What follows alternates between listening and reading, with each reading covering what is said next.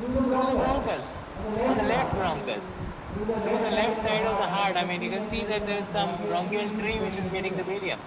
So this lady has developed a tracheostomy fistula. She came to us with dysphagia. She is HIV positive. HIV positive since how many years? Can we go back? 2 months only. Okay, can we have a look at the log now? I mean the history. Let's go to the history. Yeah. Everybody is praising this log, but I didn't get the time to read it. Okay, it's 2 months back. Fever since 2 months, sudden onset, indefinite high grade. Cough since 2 months on taking food. Difficulty in swallowing. Weight loss 10 kgs. Horses the voice. Nausea. Come down. Come down. Yeah. No. Yeah, she's not 2 months. She's 2012. She's HIV positive since 2012, not 2 months. She has been started on antiretroviral therapy since 2 months. In the year 2012, she once the test is positive, we do not start them on ART unless and That is until all. Western blot test. That's okay. No, that's okay. But basically, she is HIV positive since 2012. That's the point I'm trying to make. But she has been started on antiretroviral therapy since 2 months. Because we know that if the patient's CD4 is alright, we need not always start the patient on antiretroviral therapy. There's been a controversy about when the antiretroviral therapy should be started, and some people are kind of advocating that it should be started very in the very beginning as soon as they detect it to be positive. But some people have held on and said, let's wait for the CD4 count to go down. Whatever it is. So from 2012 she was on follow-up. We don't know about the follow-up extensive, how it was maintained. Vaishnavi can talk to the patient relatives and tell us more about it. Was she on regular follow-up since 2012? What was her symptoms? How was she leading her life with that stigma of being positive? How did she become positive? What happened to her husband? Yeah, of course she has written that. Then how did it happen to her husband? All those things. And then, so since last 2 months she is CD4 is less, and on 18th, which means after admission here, we got a report that she is CPNAT sputum positive. Yeah, but Vaishnavi, you'll have to write it properly. A sputum CPNAT was sent. Now the problem is CPNAT is being done by the government centers. In the last 1 or 2 months, none of the government centers are doing it. They've run out of kits. So maybe a resource problem, monetary financial issues. So these people did it from outside. So how reliable is that outside lab doing the CVNAT? Could it be a contamination? Could it be false positive? We do not know.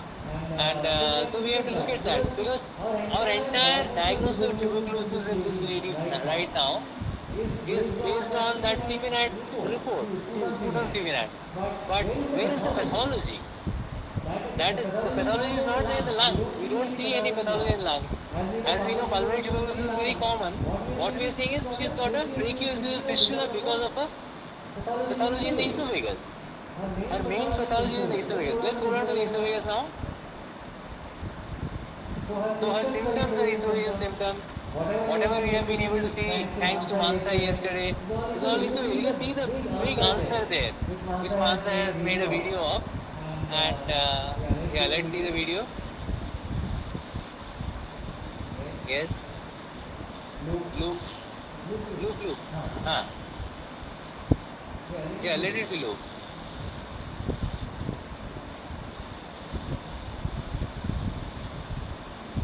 Loop. It's not working. Huh?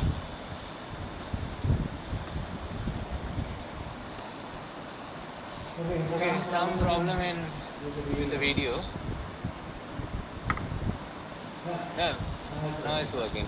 It's working. I think it's the internet issue.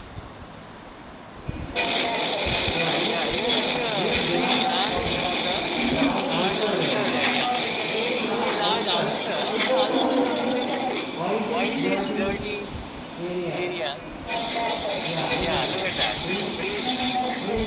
Breathe it here. Yeah, good. So, whitish, dirty, membranous base of the ulcer. and the margins are quite not very smooth, not as if you would expect in a benign ulcer. So it's really looking like a malignant ulcer. So let's see what is going to be. To know actually what it is, we'll have to take a biopsy. Now the biopsy has not been taken because there is a little bit of a fear that if we pierce it with a forceps, because there's a fistula also, we might create another fistula, or worse, if there is an aorta just beside it, which of course would have been pulsating, uh, we would, once we take the biopsy, the aorta will get perforated and the entire room will be flooded with blood. So that was a scare for which the biopsy was not taken. And so we want to see a CT to see that everything outside extraluminal is good. So look at the report here is that there's an ulcer. That's all I think. And we would need a CCT to do the biopsy as per the endoscopist who did this. Okay, so she's on dolutegravir. What is that? Dolutegravir, 50 milligram. Dolutegravir, sir. Dolutegravir. Vaishnavi will have to change that. And lamivudine and tenofovir. So is this dolutegravir a new drug which they have been started giving? Because we had efavirenz before this. So efavirenz, tenofovir and lamivudine was a combination we are used to.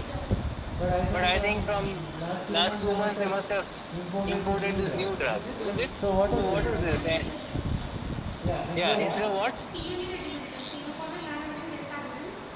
Efavirenz. Yeah, instead of efavirenz, they are giving dolutegravir. So what was efavirenz? What is dolutegravir? Are they NNRTIs, NRTIs? What are they? Efavirenz was NNRTI, non-nucleoside-based reverse transcriptase inhibitor. Yeah, our UGs will be better worse because they have just finished the pharma, I guess. Huh? Integrase inhibitor. Yes? Integrase inhibitor. What? We have discussed, Vaishnavi has discussed about the ART also, about the recommendations. So it is But the thing is, as she discussed about dolutegravir, which this patient is getting. integrase inhibitor, sir. So Ashita is saying that it's an integrase inhibitor. And let's see if there's any mention in WHO.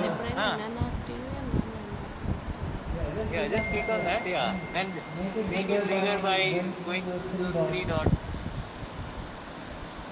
Zoom. Yeah, now it's working. Good, good. I think this is standard. They've given all these abbreviations. This is dolutegravir. DT. Huh? Dolutegravir. Alternative first line regimen. There is one TDF, tenofovir. What is DF? Tenofovir DF. TDF. 3DC or FTQ plus DDG. What is FTQ? DDC is lamivudine, sir. 3DC is lamivudine, good. FTC And is emeticetamine. emtricitabine, okay. And so they're saying one alternative regimen according to WHO is tenofovir plus lamivudine, Plus efavirenz. DT is dolutegravir. lamivudine or emtricitabine and dolutegravir. So we are giving a dolutegravir, lamivudine, and not emtricitabine, Tenofovir. tenofovir, yes. So this is the regimen basically, the second one, alternative first line regimen, isn't it? This is what we are giving as per WHO recommendation, as per Telangana government resources. So initially they were giving us efavirenz and now they are giving us dolutegravir, whatever we can get. So the hope is that it will keep the viral replication down and it will allow the CD4 to proliferate. That's the strategy. Now we will move to Nikita, we have got some interesting ward patients. So I know we have got a lot of ICU patients there, and we are not sitting under a fan.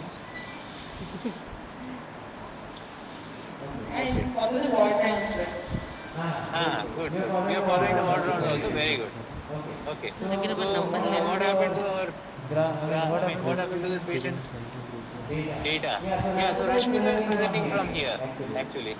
But you can't see her under the somewhere here. Well, once again, we can see ourselves with Rashmita. Because she is Because she is presenting. presenting.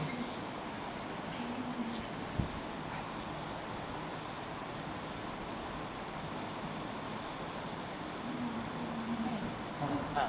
So where is So where is Rashmita here? Yeah, she is there. So yes, so start presenting and show us the log. Same question. That one. That one. Dysphagia BC. Same. Yeah, because we are not told to present as to why. What are you planning? Why does she have this KPS fistula? We are still 2 years. Yeah, and Rashmita yes, is sir. doing a review of literature where she is trying to tell us similar patients of dysphagia and HIV, what have they found? Yes, Rashmita. Sir, we have few case reports where people with who are like diagnosed cases of like TB, sir, call it to be pulmonary or extrapulmonary TB, they are having this tracheoesophageal fistula and the ulcer in the esophagus could also be because of TB. So, but the most common causes for any ulcer in the esophagus in a patient with HIV and dysphagia, the most common cause would be esophageal malignancy rather than a tubercular ulcer. But as this patient has history of like known case of like tuberculosis, the CB9 turning positive, but there are reports also like the diagnosis even after the biopsy of the ulcer. It was neither pointing towards the malignancy nor towards the TB cell. So yeah, but still like after that people were on RT feeds and eventually there was some resection and anastomosis done, sir. Because the Fistula was there, so they were like, the surgery could have been done and it was a symptomatic treatment. But Still, like this patient has, I don't know how much we can rely upon the CB9 report, but looking at that on a background of TB with a tracheoesophageal fistula, it could be tubercular ulcer rather than malignancy, sir. Yeah, but the thing is, you are trying to tell us that in spite of cutting the esophagus and taking out the esophagus, still we could not make the diagnosis. That would be Even after biopsy also, neither there were no malignant is cells. problematic because you do punch biopsies, it's very difficult to get the proper tissue representation. But after cutting the entire esophagus, if they have done esophagectomy and anastomosis, then you would have got the entire lumen, the entire esophagus. So in that case, the definitive diagnosis could be made. So that would be very odd to have a dilemma even after that. And the people with tubercular ulcer, they had some mediastinal lymphadenopathy also, sir. Any inflammation will definitely induce lymph node formation. So And our patient, the first would be like a patient of HIV presenting with odynophagia. A trial of antifungals would be better than putting her on endoscopy as we have done to our patient. So we have given a trial of antifungals. So even on endoscopy we couldn't see any candidiasis or oral thrush or anything. So the second differential could be any viral no, sir. So can we stop the antifungals that we are giving to our patient and then? So what is the indication for giving prophylactic antifungals if there is any for any HIV patient? CD4 count? count 250, sir. So then we can stop for antifungals. Antifungals and then maybe like considering the second infectious causes of we do not know, it could be some viral etiology also. So can a viral esophagitis be very localized? That kind of aspiration. Can you see all the, review all the literature on viral esophagitis in HIV, CMV and all those things? And see whether the अरे उसी तरह ulcer lesion resembles this macroscopically from what you have seen. That will give us some So what else can be, sir, other than the infectious etiology that we have tubercular as well as Listen, the what else is very simple because from whatever trauma world, is something which we can. from whatever world we have seen in medicine, it is either some inflammation due to infection, which is viral, protozoal, bacterial, whatever, or it is some immune mediated condition, or it is a neoplasia. That's all, very simple. So that what it is can only be gauged by taking out the tissue. Preferably the entire esophagus, but short of that, at least a punch biopsy. Punch biopsy. So let us see. Maybe the punch biopsy will also make us still diagnostically uncertain, as you have already told us. Yeah, Others we have have already a gone case. that direction. So that's the importance and benefit of seeing reports made by others. And that is the importance of But tracheoesophageal fistula per se, they were saying that TB should be one cause. The malignancy causing tracheoesophageal fistula is very less when compared to reports were like in that, sir. If it's a HIV or in T, normal people. HIV. HIV. Achha, this is the report. Is it? Yes, sir. Yes, sir. You just make it bigger. Yeah, can we read it? NTV profile. Make it bigger. NTV profile, sample. Yeah, make it bigger. Yes, sir. Go back, go back. Back. Huh. So, control C, 28.8, run status valid, detected 3.8 times 4, colony formula. Then, individual report details. P2, P1 control. Result, refractation resistance not detected. So, where is the P2 result? The MTV is detected, but refractation resistance is not detected. Okay, so one is an NTV profile, the other is an NTV resistance profile, decantation profile. So NTV is detected. So how do you detect it? So I would like one of the UGs, PGs, I don't know. I don't know. Because the UGs are reading more about microbiology, biochemistry, they passed it. So I would like one of the UGs to find out how this CBNAT, How the CBNet reports, whatever they've written, control, run status, MTV detected, what does all these things mean? How is CBNet detecting MTV? Like, we ask you in the exam, how do you detect ZN stain AFB? Simple. You stain the sputum or whatever sample and then you see it. But this one is not that simple. I mean, what do you do? What is the methodology for detecting MTV on CBNAT? So this is one homework which I hope some of you will take up and share in the group as soon as possible, maybe even now. Okay, as we are moving on to the next case. So Rashmita, can we move on to the next case? In your ward, or shall we go to Nikita? Nikita. Nikita, sir, I see. Why? Don't we have some good cases in the ward? Yeah. Actually, we have those cases which Nikita could not discuss yesterday. One of them is the pericardial effusion. Another is, of course, the one which Nikita discussed yesterday, that is the cerebellar infarct. And who else? Nobody else? Only these three? Yes, sir. Okay, so over to Nikita then. Yes, a lot of exciting cases today. How many students are here? Our audience? 20. Good. We don't need or we cannot hope for more than 20, yeah. Out of 200. Yes, Nikita. Sir, actually the young stomach case with right side hemiplegia, hemiparalysis right now, they are going to Gandhi, sir. Why are they going to Gandhi? Sir, actually his brother, he's in jail sir, for the past 1.5 months due to some minor thing that he was booked for. And the attenders, there's a system that they want to leave the patient in one person's care, sir. None of them are available to take care of him. And he was supposed to release his brother, sir. On the day that he was supposed to sign as a guardian, that is the day he had this episode, sir.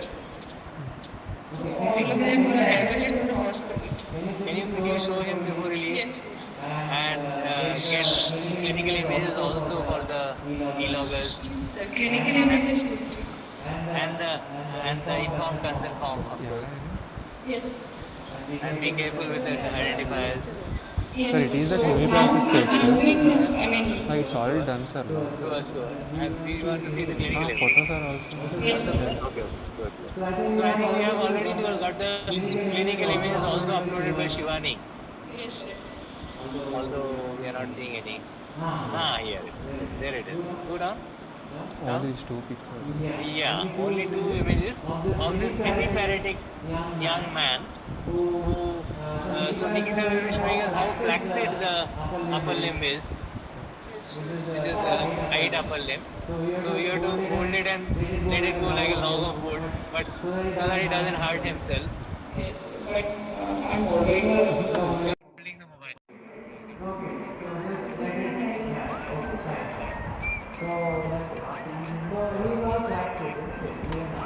But then I think, yeah, but in the morning you get, it was,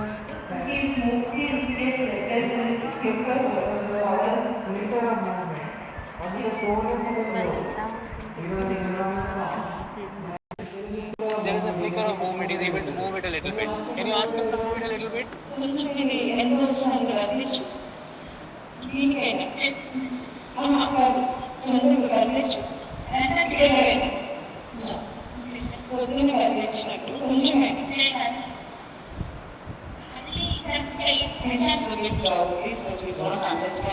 Okay. Why is he drowsy? Yeah, he's moving his thumb. Like we can see that. Yeah. So this is like a grade 1 power. So why is he drowsy? Any reason for that? Intermittent, since yesterday he was, since admission, his sensitivity altered on his So are you going to refer him to Gandhi or it is made at request. discharge at request? But you know, discharging at request a person who has an altered sensorium may land you in jail. Because if something happens to him, they can always say, why have you sent a person who is an altered sensorium out of the hospital? You know? Yeah, ideally lama, but then again we are against lama. We don't like lamas.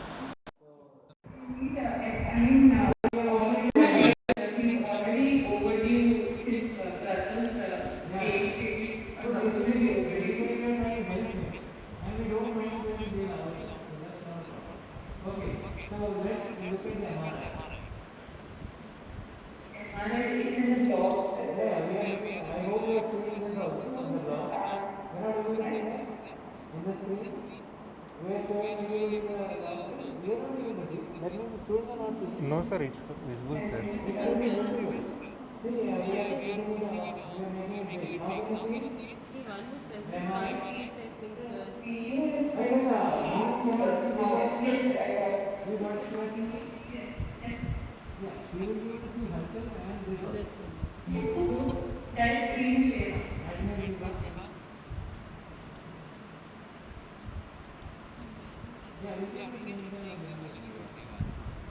So yeah, this is MRI, and we are trying to see there is nothing seen here. Let's go to the other.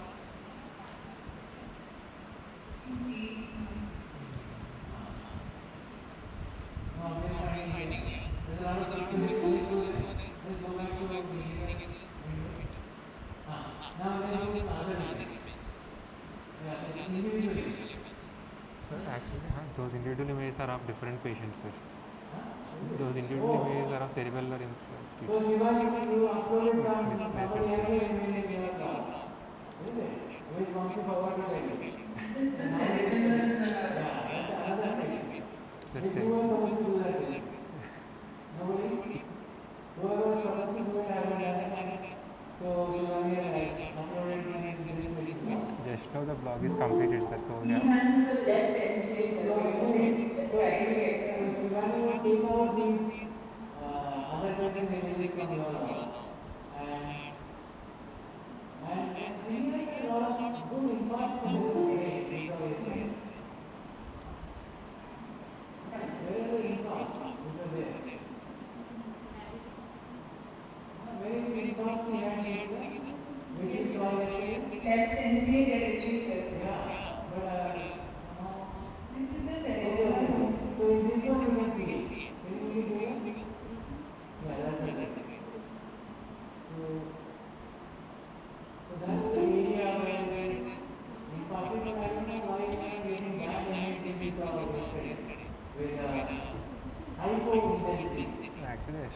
seen that cerebellar infarct patient images.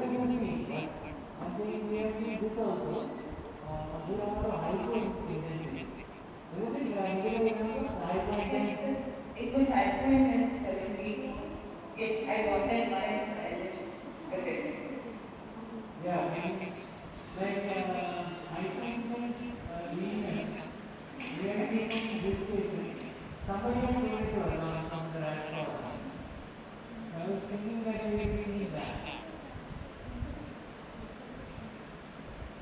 So is the entire line on it? No, sir. This one is this patient only, sir. Only these 3 images are that other. So this one also not containing that hypointensity very prominent image in this case. Of course, that was only the right part. So are you seeing the right part of this image? Is it from outside or from our way? Do we have the right part?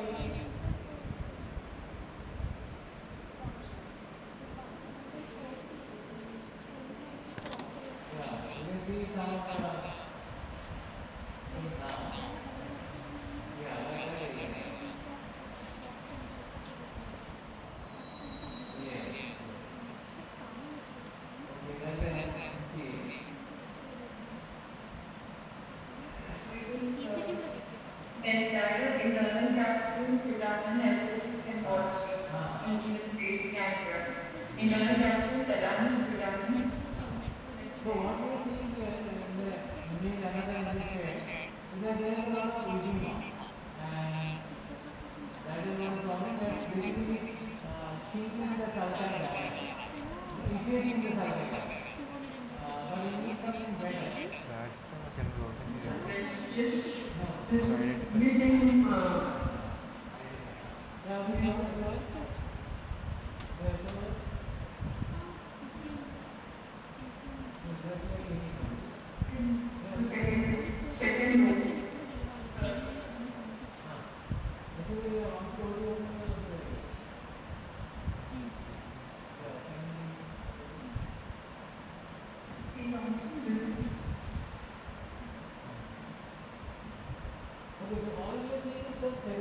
just like the failure cell, it's not like totally, it's almost isolated, it's not hypo or hyper. So what we are seeing in these images is the cerebral edema and the elongated area. And we are not seeing any obvious infarct. So I don't know what I saw yesterday. Somebody was showing it to me on the mobile. Was it Mansa was showing it to me? Huh? Huh? Huh? Yeah, somebody from Rajasthan had found out and there was hypointense signal. Anyway, so let's move ahead. Let's go to Nikita back.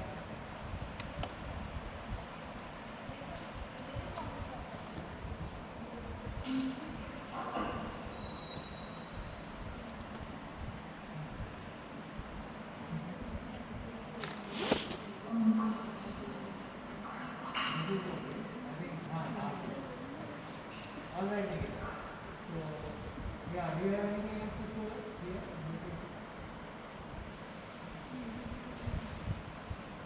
Anything?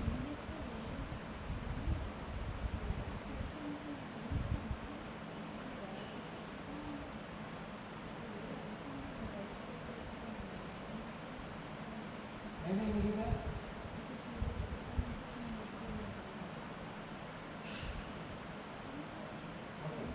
So yeah, not very impressive. Not even the price. Yeah, not very. Are you able to hear us? Are you? No, you're not able to hear us. Because mic is not. Always go to something. Yeah, mic is not working.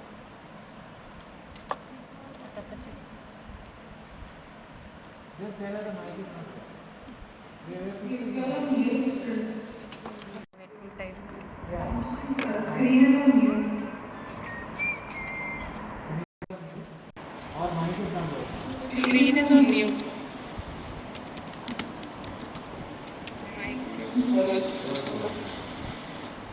We are fixing. Yeah, now Now I can hear.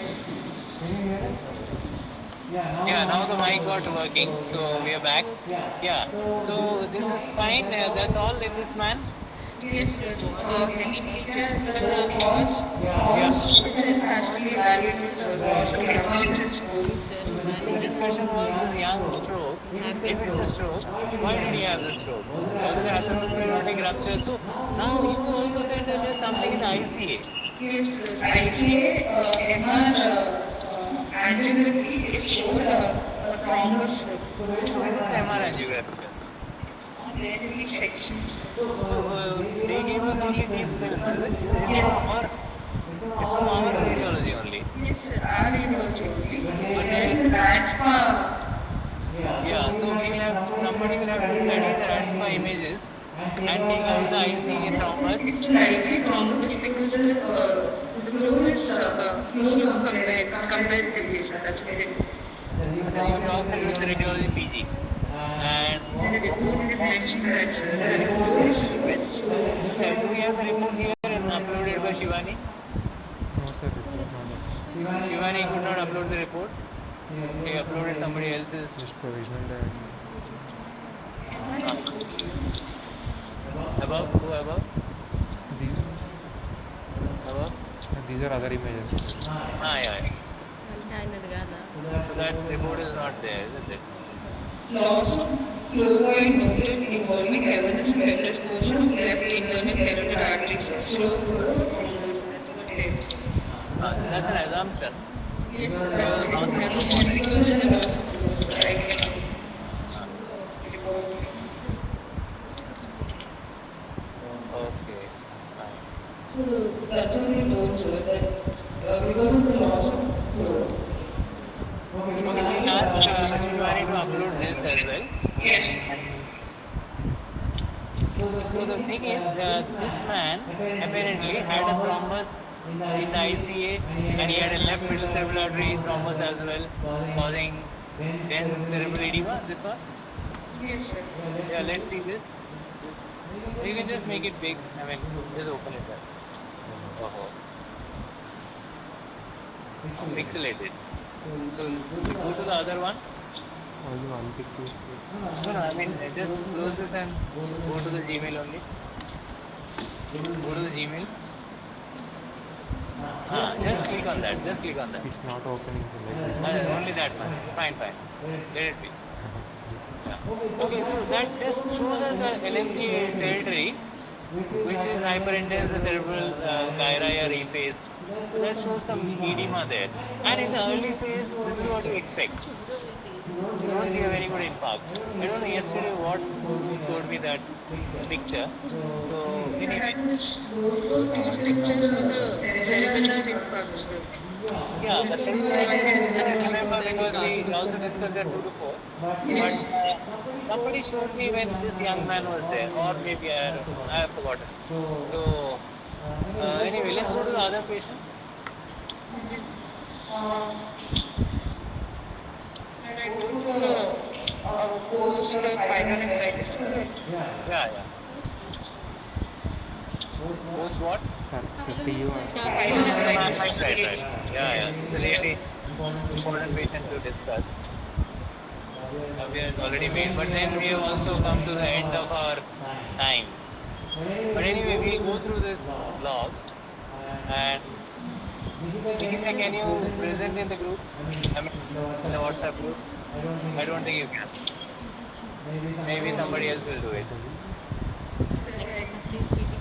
Like basically discuss some discussion points, like current problem. So Kavya, let you know the current problem.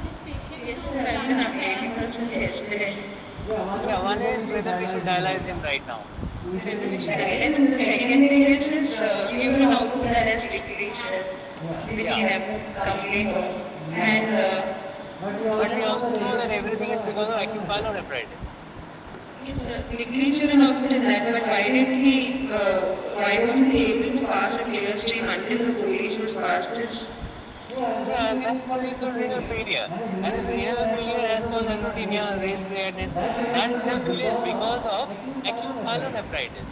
Because his WBC counts have shot through the roof. And this acute pyelonephritis is because of his pre-existing hydronephrosis. And basically the entire urinary tract is quite badly involved. Post QRP. And because of BPH. So he has had this TB problem for long, diabetes for long, and now he is on top of this developed this pyelonephritis. Again, the pyelonephritis is also influenced by his diabetes. So we have to control this glucose very well, and we are already giving him medication for his pyelonephritis. State now between 100 and 200, sir. That's always. That's very good. So our sugar control is not a problem. Our infection control is something we have to look to. We have to look at the urine culture. So we have to see what is growing today. We have to share it with the microbiology e-log. So that we have the contemplates. And we have to find out whether his last urine culture was an ESPL or was it a CRE, and what is the current one which is going to be. His last urine culture was also showing an MDR E. coli. Yes, sir, it was. It showed equalizer with there was a doubling resistance to piperacillin, sir. But it was sensitive to hydrocannabinoid application, gender and receptor agonist. It wasn't. So it was not even an ESPL. So it was just ordinary MDR E. coli. So one thing to be discussed is what is this MDR E. coli, what is ESPL, what is CRE, and what are the different types of resistance, and what should be a strategy for that. So I think we'll leave at this point and hope our UGs will pick up these discussion threads and try to answer the questions that we have raised. Thank you, Nikita. Yeah, these are very impressive images.